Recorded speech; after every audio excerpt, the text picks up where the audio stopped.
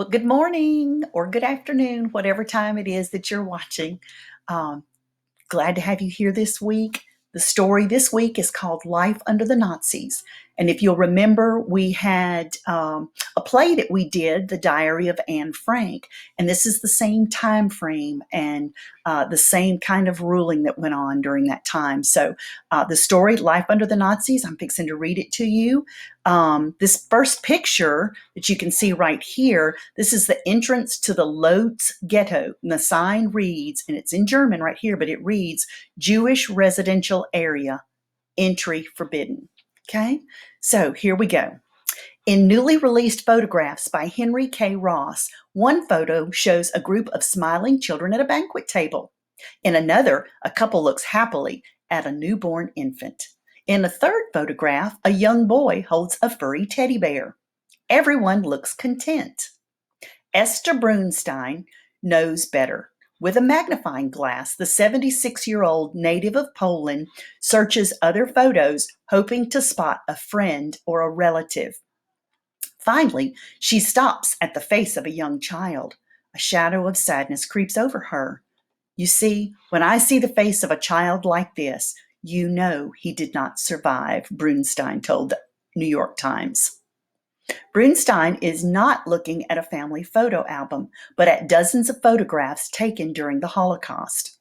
The Holocaust refers to the killing of 6 million European Jews and others considered undesirable by the German Nazis, who were led by dictator Adolf Hitler during World War II. And this is the dates during that time, 39 to 45. So here's a picture of Poland. There's Warsaw. There's Germany that's on the side over here, the Czech Republic, Russia up here, Lithuania.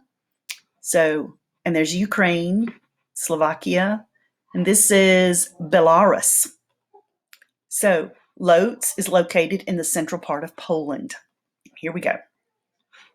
Brunstein was lucky. She survived the Holocaust, living in the notorious ghetto in the Polish city of Lodz. Brunstein and other survivors were in London recently to view for the first time photographs of the ghetto taken by photographer Henry K. Ross. Located in central Poland, Lodz was home to one of the largest Jewish communities in Europe. The city fell to the Nazis soon after the Germans invaded Poland, September the 1st, 1939. Almost immediately, the Nazis began rounding up Jews and forcing them to live in a small section of Lodz. Ultimately, more than 200,000 would crowd into the walled ghetto. Entire families were packed into a single room. So here's a subheading, Pictures of Daily Life. Not all the Jews lived that way. The Nazis selected a handful of Jews to run and police the ghetto. Those Jews were considered privileged by many. They generally had more to eat, worked at the best jobs, and lived more comfortably than the others. Ross was one Jew who was among the privileged. The Germans wanted Ross to photograph a favorable side of the ghetto, in other words, make it look good. Many of Ross's photos show well-fed families, tailors, and doctors at work. One photo shows a man and a woman kissing in a park. One picture shows a chunky boy in a mini police officer's uniform marching behind his friends. Dig deeper into Ross's photo archive, and a vastly different portrait of Lodz emerges. Ross also photographed the daily atrocities of the ghetto. And so here's a picture here, a photograph, and it's a soup kitchen in the Lodz ghetto. You can see how everybody's just crowded in there to get food. He took pictures of the starving people spooning soup into their mouths. He photographed others being loaded into cattle cars for the trip to the death camps, where millions of Jews were murdered. Many of those photos have never been seen by the public until now. Ross buried them during the war and retrieved them years later.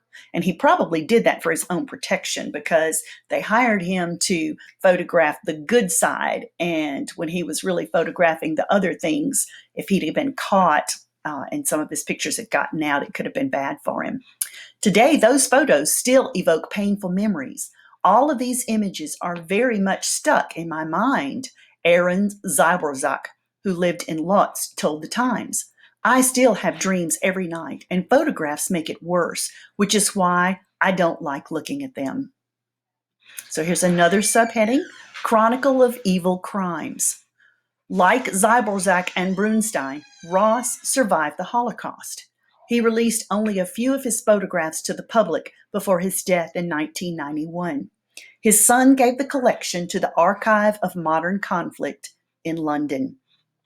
Thomas Weber, who authored the book Lot's Ghetto Album, Photographs by Henry K. Ross, said the photos serve to illustrate a particular interpretation of ghetto life, adding to our understanding of the diabolical crimes of Nazi Germany.